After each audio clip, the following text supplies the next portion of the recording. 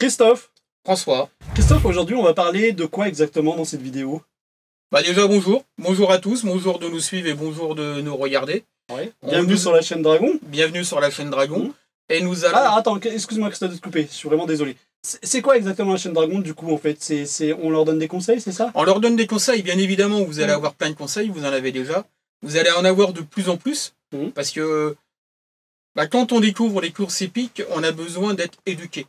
Voilà, moi quand j'ai découvert les courses hippiques, je viens d'un milieu où les courses hippiques ne sont pas du tout considérées, et ben j'avais besoin d'être éduqué, de savoir vraiment ce qu'était une course hippique, et de voir qu'il y avait des professionnels sérieux qui dépendent des courses hippiques.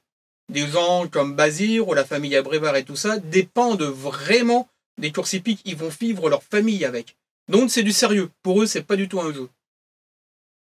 Exactement, donc le but de la vidéo d'aujourd'hui c'est quoi exactement? C'est vrai, j'étais parti ailleurs. T'as vu? Le but de la vidéo, c'est pourquoi vous n'arrivez pas à faire de l'argent avec les courses hippiques. Ah bah oui, exactement. Bah, alors pourquoi finalement ils n'arrivent pas à faire de l'argent avec les courses hippiques? Qu'est-ce qui fait qu'à un moment donné, nous on gagne, on est vraiment une minorité de personnes en fait qui gagnons leur vie avec les courses hippiques et les autres n'y arrivent pas. Qu'est-ce qui fait qu'ils n'y arrivent pas, Christophe?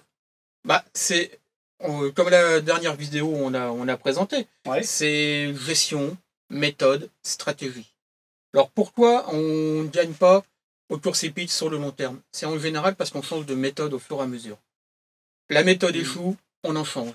On en fait une autre, ça marche un jour, 2 jours, on en change. Mais à chaque fois qu'on change de méthode, on fait des tests, parfois à balles réelles, ce qu'il ne faut pas faire, on perd de l'argent à chaque fois en permanence. Exactement. Attends, je voudrais vraiment qu'on découpe chaque partie, Christophe. Donc la première partie, alors attendez, je bois un peu. C'est pas de la vodka. Alors c'est une de mes boissons préférées, hein. C'est du thé à la menthe, j'adore ça. Non, c'est une tequila, vous inquiétez pas. C'est pas vrai. Donc du thé à la menthe.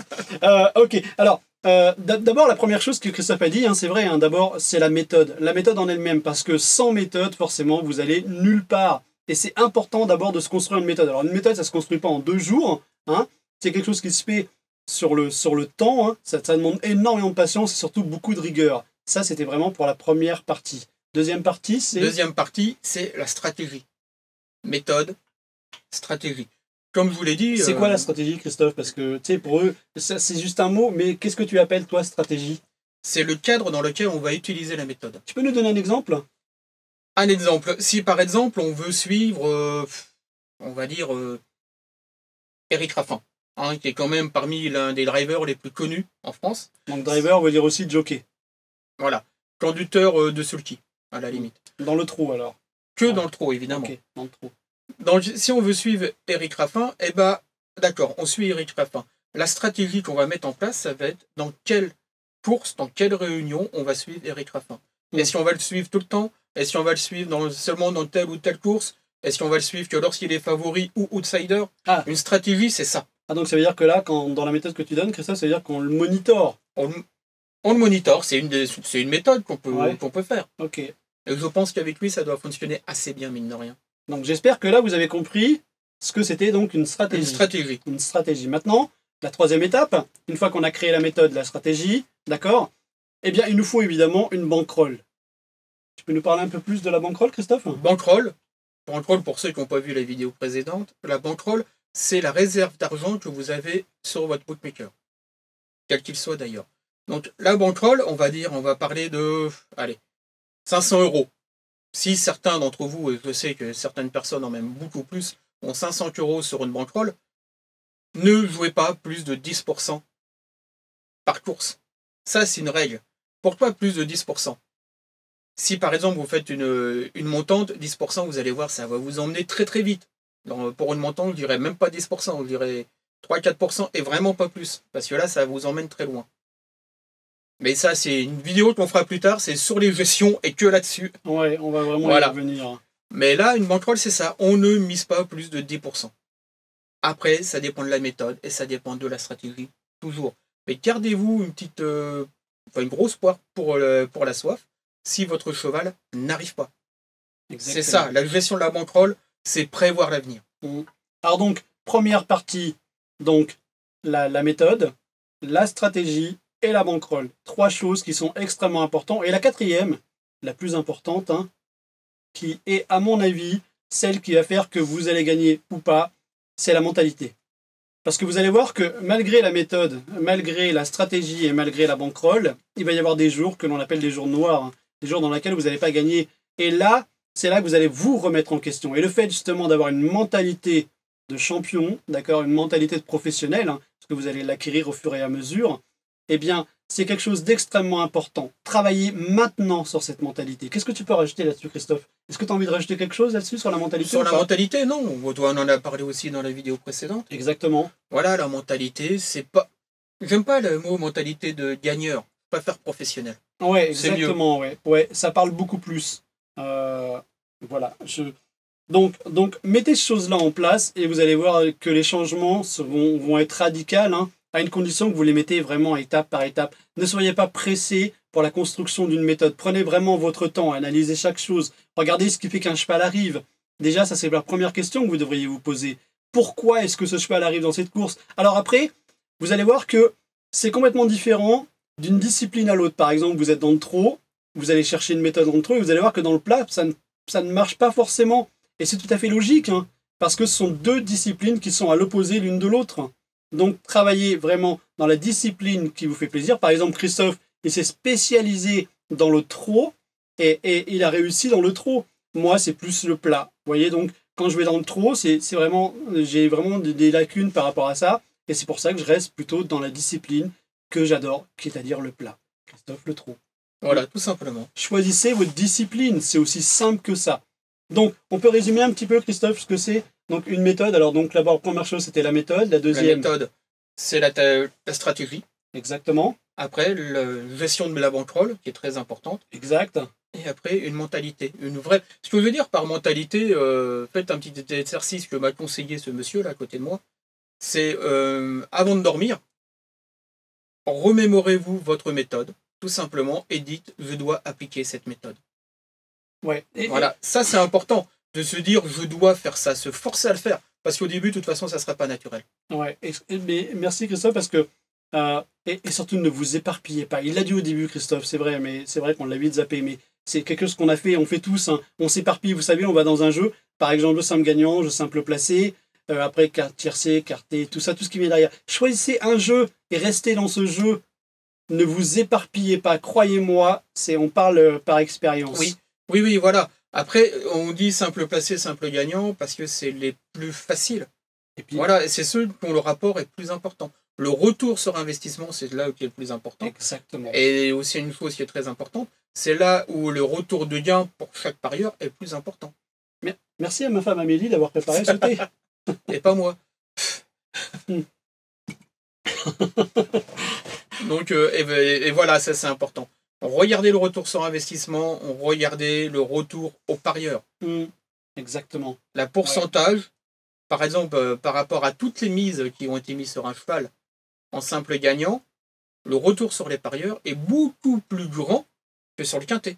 Ouais. Et honnêtement, quand vous commencez, c'est pour ça qu'il insiste bien là-dessus, hein, commencez d'abord par le simple placé parce que vous avez 3 fois plus de chances de gagner. D'accord? Commencez petit d'abord, comme l'a dit Christophe, hein, par rapport à votre bankroll. N'essayez pas de mettre la charrue devant les bœufs. Charrue avant les bœufs, si, c'est ouais, ça. c'est bien ça. Okay. Ouais, ne mettez pas la charrue avant les bœufs, d'accord?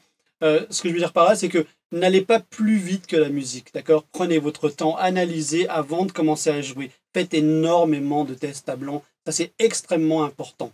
Et aucune méthode n'est meilleure qu'une autre. Non. Ce qui va définir que ça va fonctionner pour vous, ça va être ce que vous allez mettre autour, tout simplement. Faites très attention aussi, parce que ça fait moi, on est passé par-ci par-là. Hein.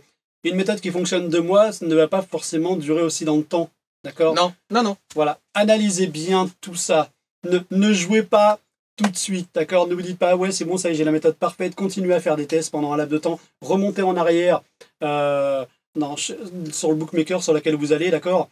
Pour regarder un petit peu les résultats, ce qui a été sorti, analyser tout ça. Allez chercher aussi des journaux, comme par exemple Paris Turf, où il y en a plein d'autres, hein, d'accord?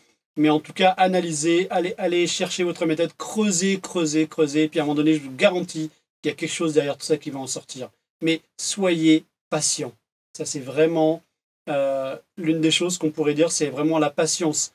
Ne sautez pas les étapes. Et de toute façon, des méthodes parfaites, il n'y en a pas. Non. Ça Dans n'existe chaque pas. méthode, vous aurez à un moment ou un autre une perte. Et c'est la gestion, c'est votre comportement qui va faire si cette perte se transforme en simple erreur ou en gouffre. Et lors d'une perte, parce qu'aujourd'hui avec Christophe c'est ce qu'on fait, hein, on analyse, on essaie de comprendre ce qui a fait qu'à un moment donné, eh bien, ce cheval n'est pas arrivé. Qu'est-ce qui a fait que, bah, dans cette course précise, le cheval n'est pas arrivé? Qu'est-ce qu'on a oublié? Peut-être qu'on a absolument rien oublié, simplement il n'était pas fait pour arriver dans cette course, tout simplement. Vous Ou voyez alors ce il que je s'est veux dire? blessé, malheureusement ça arrive aussi. Hein. Ouais, c'est ce qu'on se dit, on se pose les bonnes questions, hein, Christophe et moi. Hein. Quand on perd, on se dit pas, ah là, ça y est, la méthode elle est pourrite. Non, on analyse, on pose vraiment tout à plat et on essaie de comprendre qu'est-ce qui s'est passé pendant cette course. Juste un exemple, la dernière course de trot, un cheval super favori, et ben ce jour-là il n'était pas en forme. Et ça s'est vu, parce qu'il n'a jamais pu accélérer. Ça fait penser que moi, quand je suis au sport, quand je n'arrive pas à faire monter mon rythme cardiaque pour accélérer. Bah là, c'était ça. Il était au même rythme, incapable d'accélérer. Il était tout simplement dans un jour sans. Et cela arrive aussi aux chevaux. Exactement. Donc ne considérez pas votre méthode comme nulle, simplement parce que c'est pas parce qu'il n'est pas arrivé dans cette course qu'il ne va pas arriver dans les autres, ou ça nous arrive aussi, nous aussi, d'avoir des journées noires, hein. Mais c'est rien. Ça fait partie du jeu. On est dans un jeu, rappelez-vous, dans un jeu dans lequel on a appliqué une méthode, une stratégie, une bankroll et une mentalité. Rappelez-vous de tout ça. Hein. C'est un ensemble. Hein. Ce n'est pas juste une seule et une unique chose. C'est un ensemble. Tout ça, c'est un ensemble. Sans cet ensemble, tout s'écroule. C'est comme un château de sable. Et pour ceux qui disent oui, mais c'est un jeu, quand vous voyez les joueurs de poker, ils jouent de l'argent, non, c'est plus un jeu. C'est un jeu sans en être un. C'est un jeu professionnel. Comme le football. Ouais. Pour nous, c'est devenu un business. Hein. Voilà, c'est ça. À partir du moment où on veut un retour sur investissement, c'est un business. Considérez aujourd'hui les courses hippiques comme un business. Et vous allez voir que votre méthode, votre mentalité, votre façon de penser sera complètement et totalement différente. Puisque vous ne jouez plus. C'est un business. Vous voulez absolument récupérer ce que vous avez investi. Donc là, vous allez voir que vous allez jouer différemment. Vous allez penser différemment. Et lorsque vous allez commencer à mettre de l'argent, c'est à ce moment précis que vous allez vous dire « Ok, c'est un business, donc je dois faire attention à ce que je fais. » Là est toute la différence. Et au dernier petit conseil, rapide, ne cherchez pas les grosses sommes d'entrée de jeu. Ah ouais. Voilà. Ça, c'est vraiment un conseil le plus important. Si vous voulez, j'ai déjà dit, je vais me répéter souvent là-dessus, je pense. C'est important, je trouve. Voilà. Ouais. Gagner 1000 € avec 50 €, c'est mal barré. Arrêtez. Gardez vos 50 €, faites-vous plaisir. À vous ou à vos enfants. Exactement. Eh bien, c'était... T'as quelque chose à rajouter, Christophe, ou pas ? Absolument pas. Eh bien, écoute, c'était donc la chaîne Dragon où on vous a présenté la raison pour laquelle vous perdez. Mettez tout ça en action. Mettez chacune des étapes en action. Et on vous dit à bientôt pour une seconde vidéo. Au revoir. Bye bye.